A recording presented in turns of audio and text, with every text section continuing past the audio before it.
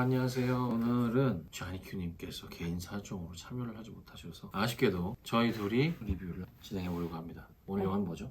오늘 영화는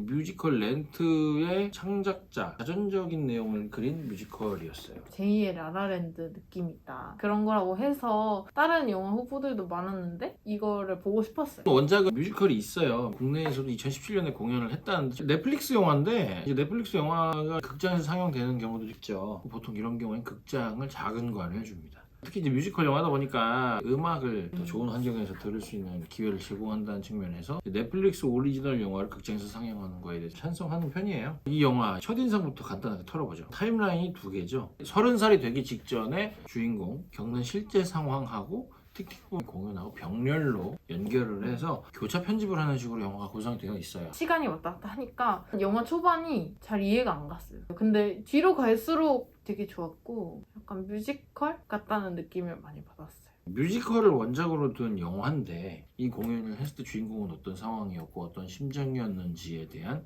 깊이를 좀 더 두껍게 하는 연출을 했다고 생각을 했습니다. 90년대 분위기, 테이프 넣어가지고 촬영하는 SD 영상들 이런 것들이 그때 당시 시대상 분위기를 표현해주고 이런 원작 뮤지컬이 있는 형태의 뮤지컬 영화하고 오리지널 뮤지컬 영화, 예를 들면 라라랜드 같은 경우에는 뮤지컬이 없죠. 근데 반대로 레미제라블, 그리스 같은 공연을 영상화했을 때는 어떠한 형태로 영상화를 하느냐를 가지고 판단할 수밖에 없지 않나. 좋은 공연을 굳이 영상화를 한다고 했을 때 어떠한 이점이 있을 것이냐, 무대 예술이고 등장인물 대사로만 털어야 되는 걸 실제 영상으로 볼 수 있다는 점이 매력 포인트가 될 수 있고, 이 영화는 그걸 병렬로 구성을 함으로써 뮤지컬로서의 어떤 현장감하고 실제 주인공이 겪었을 아픔 같은 것들을 함께 보여줘서 좀 더 풍성하게 보여주고자 하는 목적지를 가지고 있었다라는 생각이 들었습니다. 감독은 일 마누엘 미란다라고 하는 뮤지컬 쪽에서 굉장히 유명하신 분이에요. 해밀턴이라는, 국내 제가 알기로는 공연 안 하는 걸 알고 있는데 퓰리처상을 받은 뮤지컬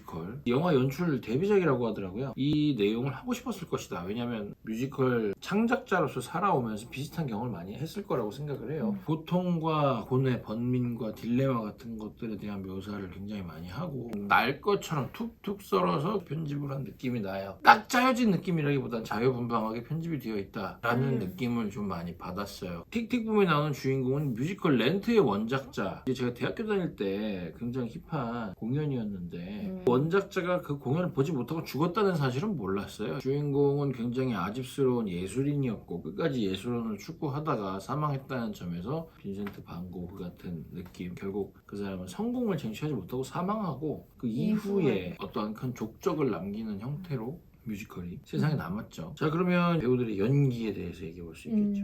살아있는 뮤지컬 작가분의 연기를 굉장히 디테일하게 했다고 생각을 하고, 앤드류 가필드 원맨쇼 영화죠, 사실상. 왜냐하면 원작 자체가 그렇기 때문에 이건 어쩔 수가 없죠. 고통과 깊이, 예술가로서 겪는 갈등과 위기 같은 부분들을 감정적으로 표현을 해내야 되고, 되게 히스테릭한 사람으로 나와요. 아무래도 예민할 수밖에 없죠. 자기가 5년, 8년 동안 준비한 뮤지컬을 성공시킬 수 있느냐 없느냐에 대한, 제로에서부터 음악을 떠올리는 과정의 어려움에 대해서 묘사를 굉장히 공을 들여서 합니다. 앤드류 가필드는 그런 부분들을 성실히 수행한다는 인상을 받았고요. 저는 영화를 보면서 뮤지컬이 얼마 남지 않았고 그런 시간에 쫓기면서 하는 것들에서 주인공한테 몰입이 된다기보다 그 상황에 계속 집중하게 됐던 것 같아요. 아무래도 주인공과 같은 상황에 관객들이 처했으면 하는 연출의 어떤 의도가 있었겠죠. 그냥 강건담 불구경하면 몰입이 되지 않을 테니까 주변에 있는 캐릭터들 중에 중요한 건 뭐지, 수잔 아니면 뭐 카레라라고 노래 부르는 여자 배우분, 등장인물로서 중요한 건 스티븐 손드하임이라고 굉장히 유명하신 분이 캐릭터로 나와서 출연을 하는데, 뭐 천재는 천재를 알아보는 것 같은 묘사가 잠깐 나오긴 하죠. 아마 원작이 그런 내용이 있으니까 그렇지 않을까 싶고, 뮤지컬 영화다 보니까 이 넘버, 음악에 대해서 간단하게 얘기해보고 정리를 하면 될 것 같은데요. 나오는 모든 노래가 다 좋았다고 생각해요. 그 전에 나왔던 노래들도 한 번 봤을 때는 그 내용이 뭔지 파악을 못하겠지만 멜로디 멜로디는 굉장히 좋았다. 감정 같은 게 잘 느껴지고 영화의 분위기랑 잘 어울려. 이 영화를 보지 않더라도 노래를 들었을 것 같다는 생각을 했어요. 인상 깊었던? 저는 일단 그 여자 두 명이 교차로 같은 노래를 부르는 장면이 나오는데 그 장면이 조금 인상적이었고요. 첫 번째 드라이 리허설인가? 여러 명이 이렇게 가로로 있어가지고 네. 이 노래 되게 좋다라고 얘기할 때 저도 약간 소름이 돋았어요. 텅 빈 그 야외 무대에서 피아노로 혼자서 노래를 부르는 장면. 그 노래는 노래가 좋다기보다는 연출이 좀 좋았다는 생각이 들었어요. 연출자는 작두 타는 사람들인데 그 혼자로서의 외로움을 직관적으로 표현한 그게 효과적이다라고 판단했기 때문에 그렇게 찍지 않았을까.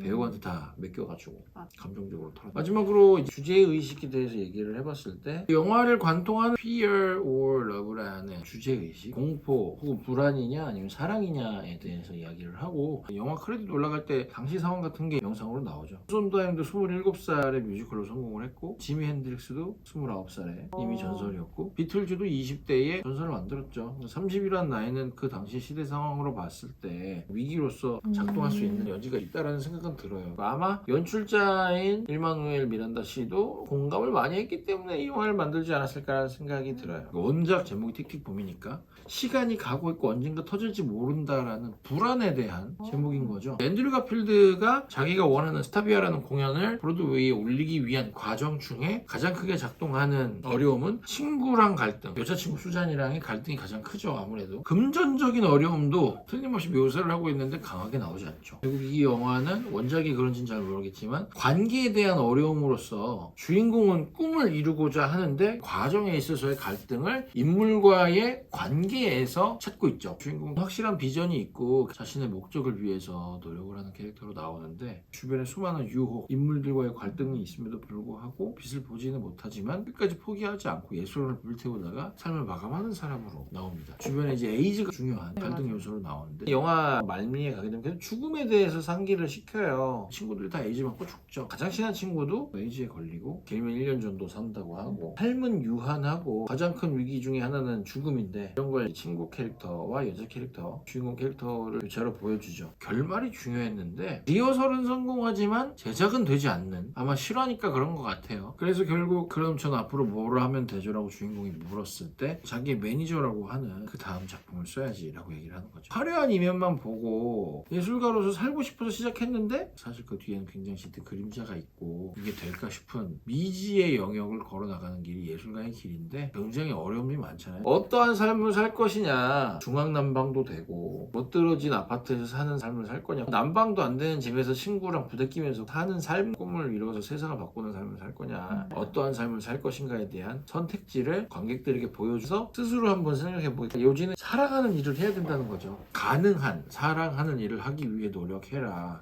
왜냐하면 삶은 유한하기 때문에 하고 싶어서 하는 일을 하기 위해서 노력을 해야 된다. 그러면 이제 마무리를 하면 될 것 같은데요. 네, 저는 되게 예술적인 영화라고 생각하고 영화 자체가 뮤지컬 하나를 담아냈다라고 생각해요. 감독이 그런 의도로 만들었지 않나. 그런 점에서는 영화가 잘 만들어진 게 아닌가라고 생각하고 정말 있었던 일, 실화니까 드라마틱한 반전이나 그런 게 없어서 우리가 보는 보통 영화랑 다르지만 거기서 오는 감동이 있다고 생각해요. 루즈한 부분, 서서히 조여오는 부분들이 주인공의 감정에도 공감이 많이 되고 실제로 제가 그 공간에 있는 것 같은 느낌이 많이 들었어요. 그래서 좀 좋았던 것 같다. 별점은 3.5점? 연출을 하는 사람이라면 공감이 굉장히 많이 되는, 스스로가 예술인이라고 생각하는 사람이라면 더더욱 공감되는 지점이 많은 영화라는 생각이 들었고요. 이입이 되는 장면들이 꽤 있었습니다. 하지만 영화의 만듦새만 놓고 봤을 때는 아쉬운 측면들도 있긴 했고요. 갈등 자체가 현실적인 갈등이고 그게 서서히 조이듯이 오기 때문에 중간에서 지루함을 느낄 수도 있을 것 같다. 되게 진지한 얘기를 다루고 있는 공연 겸 영화라는 측면에서 틱틱붐은 끌리는 제목이 아니라고 생각해요. 언젠가 터질지 모르는 시한 폭탄 같은 삶. 당연히 내일도 살아있겠지라고 사람들은 생각하지만 그렇지 않다는 점. 그럼 오늘은 어떻게 살 것인가? 오늘 하루는 최고의 하루가 될 거야 라고 되뇌어야 될 것 같은 그런 느낌? 약간 긍정적인 삶 그리고 목적 있는 삶 살아갈 때 어떤 식으로 사고해야 되는지를 환기하는 그런 영화이지 않았나. 별 3개 정도 줄 수 있을 것 같습니다. 넷플릭스 영화니까 아마 꼭 굳이 극장에서 보시지 않아도 아무래도 우리나라 사람들은 춤과 노래를 좋아하니까 한번 볼만한 영화라는 생각이 들었습니다. 다음 주에 또 다른 영화 다시 찾아뵙겠습니다. 다음 주에 3명이 있습니다. 그러면